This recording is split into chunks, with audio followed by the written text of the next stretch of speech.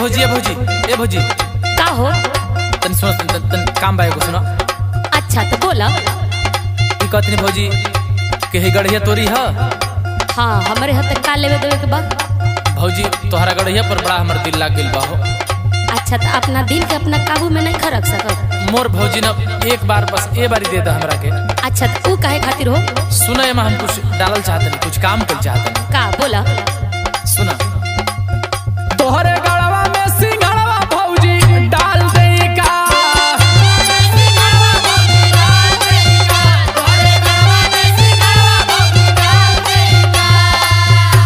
सुना बोला। कम परता त बोला औरी माल दे का, कम परता त बोला औरी माल दे का। हो तोहरा गड़वा में सिंघड़वा भौजी डाल दे का।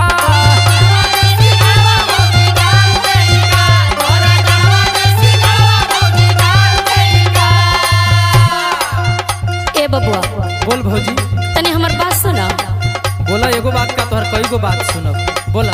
देवला के दिक्कत नहीं थे, हमार मजबूरी न बा। का मजबूरी बा? सुना बताओ तनी। बताव त। एह मडल ले बसैया मोर मछरिया देवरू।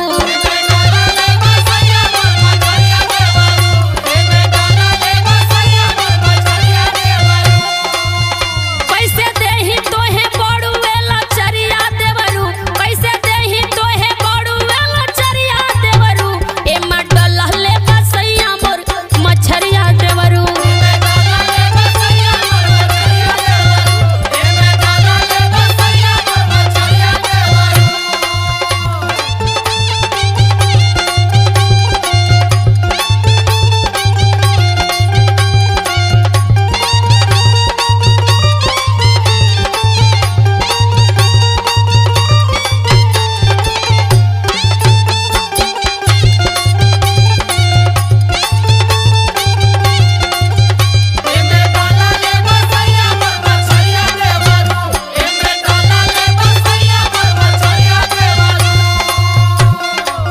ए भौजी का हो?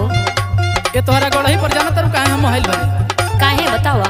भौजी गढ़ही तो हम बड़ा देखले बानी, बहुत गढ़ही देखले बानी, लेकिन ई जौन तोहरा गढ़ही बा एकर नक्शा निशानी ही कुछ अलग बा। हाँ अब बड़ा नीक लागता हमरा। अच्छा और कुछ खास बात हो जी, सुनो बताओ तनी। बोला। बड़ी नीक लागता वे एकर गहरैया।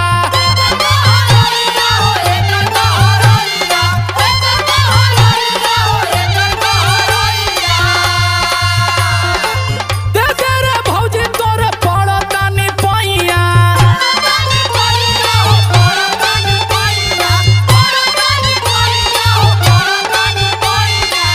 सुना तारू भौजी? एकदम न सुन तनी। बोला। बड़ी निक लागत आवे एकर गहरैया।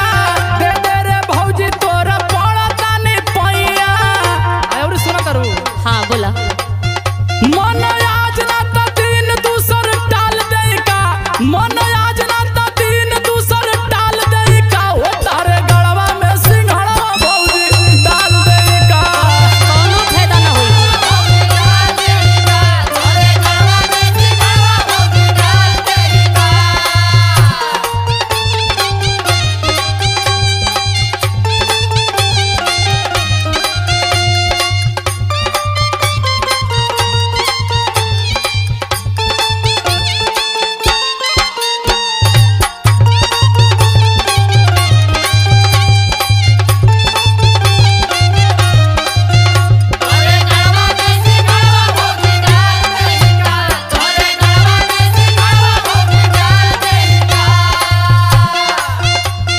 ए देवर बबुआ का हो?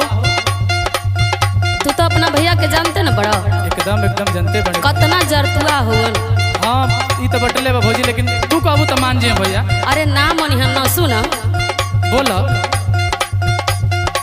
छोड़ी है ना पिठिया के ये कोमर चमुआ।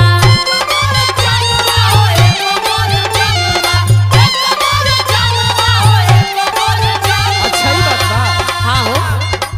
जानी जे दिहले बानी तोहरा के बलमुआ। अरे भौजी मान जे। अरे काहे न जानी? हमर भौजाई हो। एगो बात न मान सकली।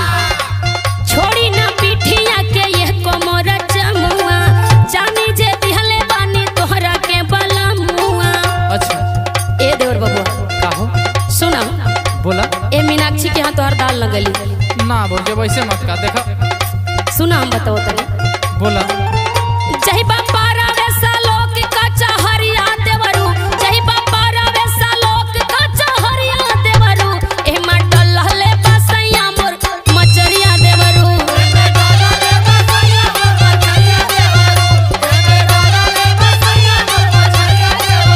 तोहरे गड़वा में सिंघाड़ा भौजी डाल देई का।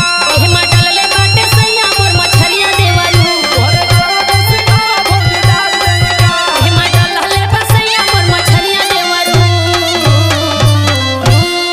बस ये साल का तो बात बा, अगली बार जीवन मन करते होने में डाल ली। अच्छा जा तो पूछ के बिहने बताई।